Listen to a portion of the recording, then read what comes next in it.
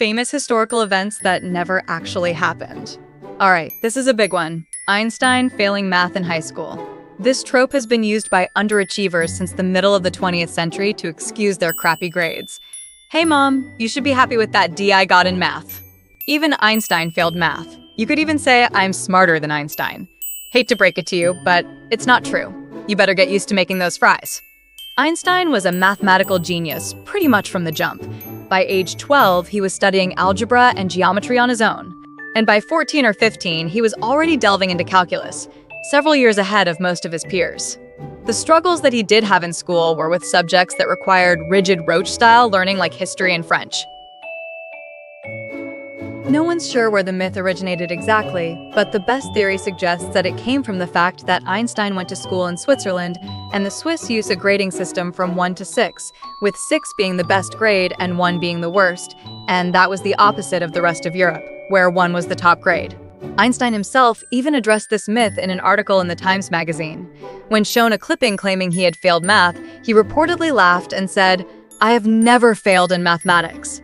Before I was 15, I had mastered differential and integral calculus." Terrible news for the slackers.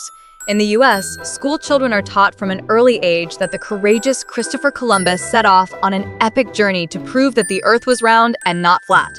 Cool story, but completely inaccurate. In reality, Columbus had the idea in his head that the Atlantic Ocean was much smaller than was commonly thought, and that he could sail east on the Atlantic and find a shortcut to Asia.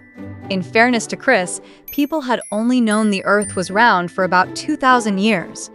As early as the 6th century BCE, Greek philosophers like Pythagoras speculated that the Earth was round, and later in the 4th century BCE, Aristotle noted that the Earth casts a round shadow on the moon during a lunar eclipse, and that the travelers going south see new constellations rise in the sky, both of which are consistent with a spherical planet.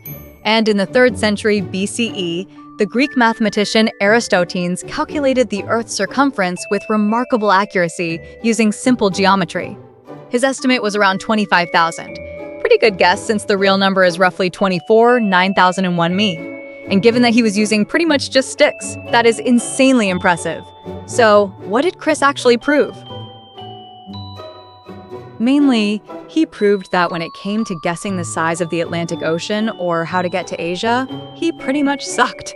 Although technically you could get to Asia by sailing east from Spain, your path is going to be going through North, South, and Central America.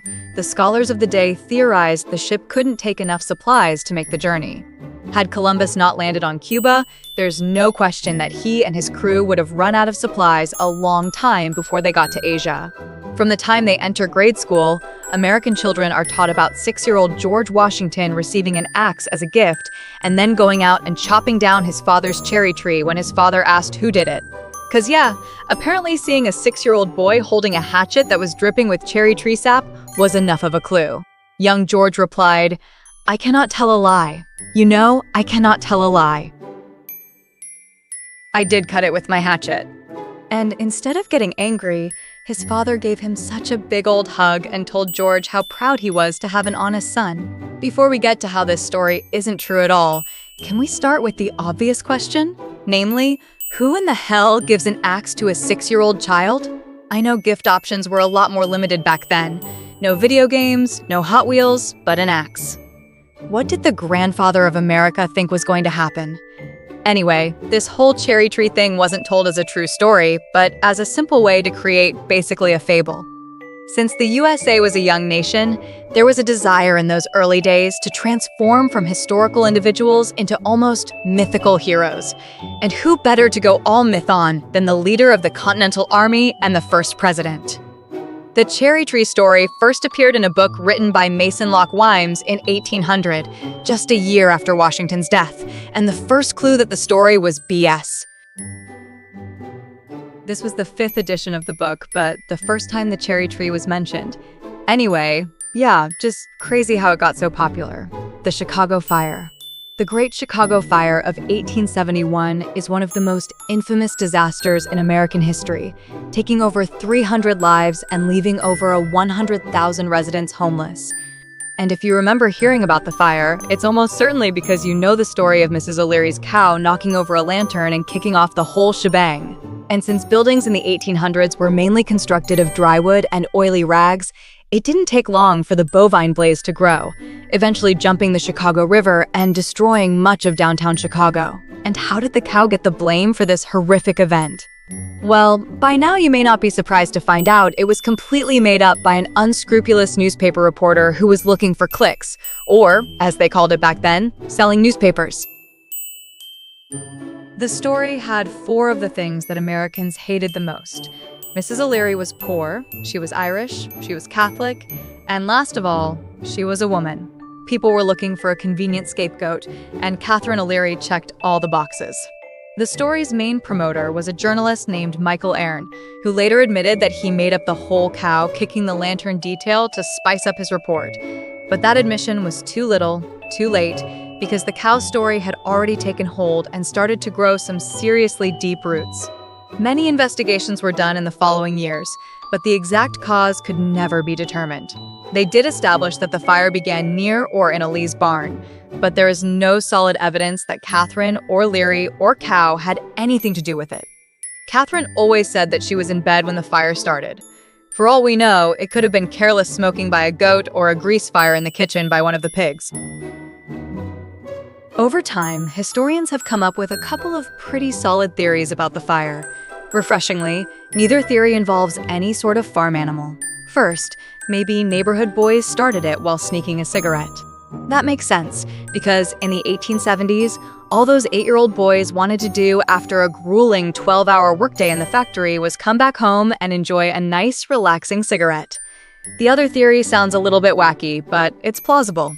A meteor shower could have sparked fires across the region in Michigan and Wisconsin. Unlike a lot of completely made-up myths, the story of Isaac Newton and the apple has a tiny bit of truth to it. The story we've all heard is that Newton's lounging in his garden sometime in the 1660s. Suddenly, an apple falls, bonks him in the head, and voila! Newton immediately had the fully formed universal law of gravitation ready to publish.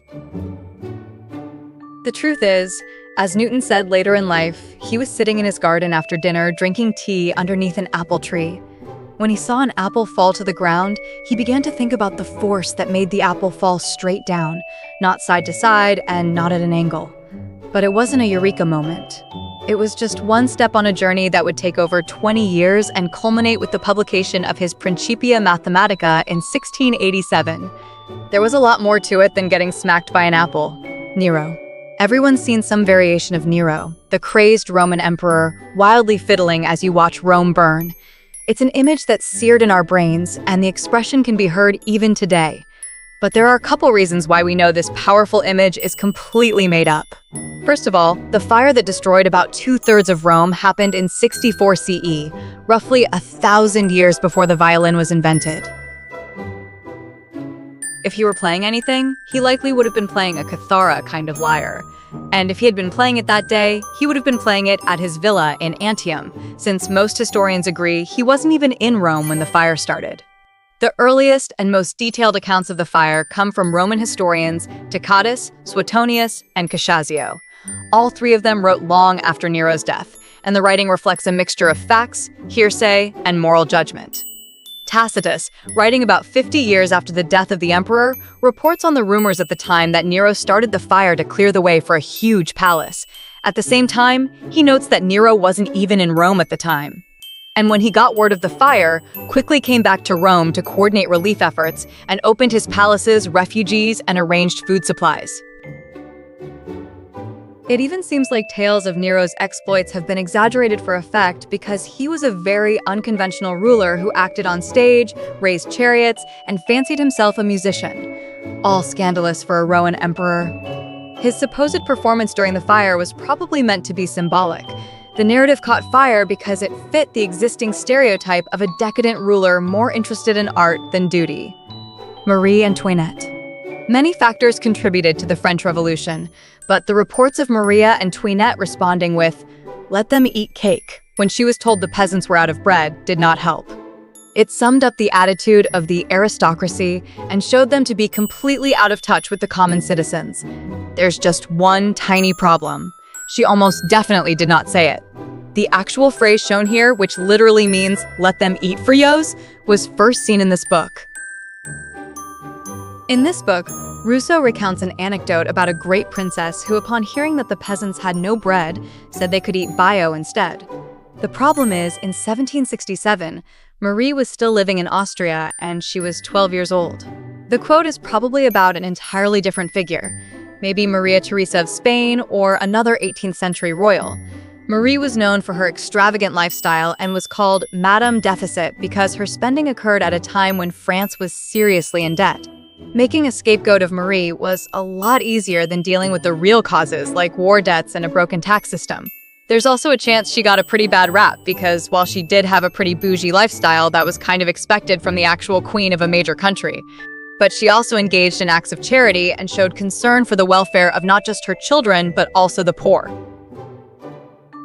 She donated to orphanages, patronized hospitals, and even tried to reform the court's extravagances. And in the end, none of that mattered. You could argue that "let them eat cake" was one of the first memes. And like a lot of memes out there today, it didn't matter if it was true or not. It only mattered that a huge number of people believed it. Unlike most modern-day memes, this one had real consequences, especially for Marie and her husband. They woke up in the morning with their heads firmly attached to their bodies and ended the day with their heads in a basket. The War of Worlds broadcast on October 30th, 1938. People who tuned into CBS radio heard something that they were not expecting, specifically an invasion from Mars. Although, if you tuned in at the beginning, you heard a disclaimer from the young director of the Mercury Theater, Orson Welles, telling everyone that this was just an adaptation of his novel, The War of Worlds. They also announced it about halfway through, but by that time, people were too busy crowding the roads trying to escape or jumping out of windows because they obviously didn't want to fight the aliens. At least that's what the newspapers wanted you to believe. Welles, who was just 23 at the time, was the creative force behind the Mercury Theater on the Air, a weekly dramatic radio program. He wanted to do a modernized version of the War of the Worlds, showing it as a series of live news bulletins interrupting regular programming. The reports became more and more frantic as they reported on explosions from Mars, a strange cylinder found in New Jersey, and finally increasing death and destruction as the invaders made their way across New Jersey, unleashing death rays and poison gas. In fairness, that doesn't sound too different from modern-day New Jersey. It's been pointed out this was far from something that everyone was listening to. Most estimates place the War of the Worlds audience at under 1 million listeners, which is a fraction of the country's population. So why did the newspapers exaggerate the response and how many people were freaking out? We can sum it up in one word: fear. The newspaper owners figured that if they could show how radio inflamed listeners and caused unnecessary panic, people would stop listening and come back to the newspapers. That was a pretty funny theory considering it did exactly the opposite. And if you think about it, that was very ironic. The media is trying to freak people out with half-truths and fake news just to get more engagement. No, sure as lucky we don't fall for that kind of stuff anymore. Anyway, it's time to talk about Jesus. Before we talk about Jesus likely not being born on December 25th, rest assured, you can still sing carols, wear ugly sweaters, and totally burn your coworkers in the white elephant gift exchange. And you can still do all those things in December. But if you want to change your Christmas celebration to spring or late fall, I'm not here to judge. Bible scholars have long debated the exact date of Jesus' birth. For a book that isn't shy about voicing an opinion on just about everything, it's remarkably silent about when the main character was born. Well, at least the main character who shows up in the second act. The Gospels of Matthew and Luke, which are the only ones that talk about Jesus' birth, don't even mention a month or a date or a season. But here's what they do say. Luke mentions that shepherds were in the fields tending their flocks at night when the angel announced Jesus' birth. But December would have been a weird time for shepherds to be out with their flocks. It was cold, the footing was often treacherous, and that was typically a time where the sheep would likely be under the cover of winter or sheepfolds. Of course, because it's religion, not everyone agrees. The Eastern Orthodox Church celebrated on January 6th, and others celebrated in the spring or fall, like March 25th, April 6th, or like September. So why the 25th? Well, the kids are out of school, travel's often treacherous, and everyone looks better in a sweater. Or another explanation is that the Christians and Roman Emperor Constantine kind of borrowed the date from two very popular pagan holidays. Sol Invictus, which honored the sun god and took place around the winter solstice, and Saturnalia, a week-long festival of gift-giving, feasting, and general abashery that ended around December 23rd. And by repurposing those holidays, they hope to convert some more people to the cause and celebrate the Son of God instead of the sun, the Salem witch trials. When people think of the Salem witch trials, the image that's most likely to come to mind is some unfortunate woman tied to a stake with the flames growing higher and higher as the bloodthirsty crowd roars with approval. Even though the US wasn't officially a country yet, this chapter in their history was a black mark for the colonies and served to show what happens when rumor, hysteria, and religious fervor are allowed to spread like wildfire among the population. Sorry, maybe a bit too soon for that one. It all started when several young girls began exhibiting strange, convulsive behavior. They claimed they were being tormented by witches. The girls accused local women of practicing witchcraft, and panic spread like wildfire. Last one, I promise. And soon the courts were overwhelmed with cases. And when we're talking about hysteria, it was go big or go home in Salem. From February 1692 to May 1693, 200 people were accused of witchcraft, 30 were convicted, and 20 were executed. But here's the surprising part. No one was burned at the stake. That was more of a European punishment. Think John of Arc? But unlike the Beatles or Rolling Stones, it never really caught on in the US. So, in a real good news, bad news situation, the convicted witches were still executed. They just did it by hanging instead. Well, 19 of the 20 were hanged. The 20th was a man named Miles Corey who was pressed to death with heavy stones for refusing to enter a plea. You got to admit what the Puritans lacked in fairness and common sense. They made up for in coming up with unique and especially sadistic punishments. So why is Salem associated with the burning of witches? As we talked about earlier, burning was big in places like Germany, Scotland, and France. Thousands of people, mainly women, were burned at the stake during the 15th through 17th centuries after being accused of witchcraft. One place where that didn't happen was England. The Brits preferred hanging because, they're classy like that. Their traditions became jumbled with the story of Salem. Later generations began to assume that the notorious witch trials in New England must have followed the same gruesome rituals. And then pop culture grabbed hold. Films, books, plays, and even Halloween decorations, all picturing scenes of women in colonial garb being tied to stakes and set ablaze. Yep, Paul Revere time. Paul Revere wore a lot of hats. Well, he probably just wore that one tricorn hat, but he had a lot of different jobs. River was a silversmith, engraver, and big-time patriot who was part of the Sons of Liberty, the group you may remember from a little thing called the Boston Tea Party. And on the night of April 18th, 1775, River was tasked with riding from Boston to Lexington. His job was to warn Samuel Adams and John Hancock that British troops were marching to arrest them and to seize military supplies stockpiled by colonial militias. But Paul wasn't the only rider who had that job. William Dawes was given a different route out of Boston a little earlier than River in case one of them was captured. Once they met up in Lexington by Dr. Samuel Prescott, a local physician who just happened to be out late visiting his fiancée. And shortly after they met up, the trio encountered a British patrol. Daw escaped, but was forced to abandon his horse and walk back. Paul was interrogated and released also without his horse. In fact, only the doctor was the one who made it through. So why do we only know about Paul River? We have Washington Irving to thank for that. In 1861, on the eve of the Civil War, the poet wanted to fire up the country and inspire unity and patriotism. His poem began, "Listen, my children, and you shall hear of the midnight ride of Paul Revere." What's not to love? It's catchy, it rhymes, and it sounds a lot better than, "Listen, my children, and try not to talk." I'll tell you the story of the Doc, Catherine the Great. Throughout history, rulers have met with some untimely and bizarre deaths, but it would be hard to top the story of the demise of Catherine the Great of Russia. You might know what I'm talking about. The story of how Catherine met her demise while attempting to build a more intimate relationship with a horse. One of the most popular accounts describes her as lying on a platform and then the horse slipped and she was crushed to death.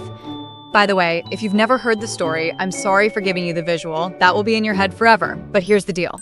It never happened. Horses are known for their stability, and it would be very unlikely to just slip. I'm joking. That's not the ridiculous part. She actually died of a stroke at age 67 while on the toilet, just like Elvis. Thank you. Thank you very much. So, where did the story of horse-related death start? It's actually just a story as old as time. Pissed off white guys who were jealous of her success as Empress of Russia. She took over after her husband, Peter III, was deposed in the coup. She ruled for 35 years and was known for her forward thinking. She was a huge factor in modernizing Russia, but this was also a time when women were expected to be modest, obedient, and domestic, and Catherine was none of those things. She thought for herself, wouldn't back down, and worst of all, was very open with her sexuality and had numerous partners. In other words, she was a huge threat to the patriarchy, and the myth was created to punish her even after her death, transforming her reputation as a respected monarch into that of a grotesque figure of ridicule. This myth kind of shows a familiar pattern in which powerful women are often demonized. Cleopatra, Mary, Queen of Scots, Marie Antoinette, and many others have been subjected to pretty similar rumors. Anyway, if you like this video, make sure to subscribe and click this video over.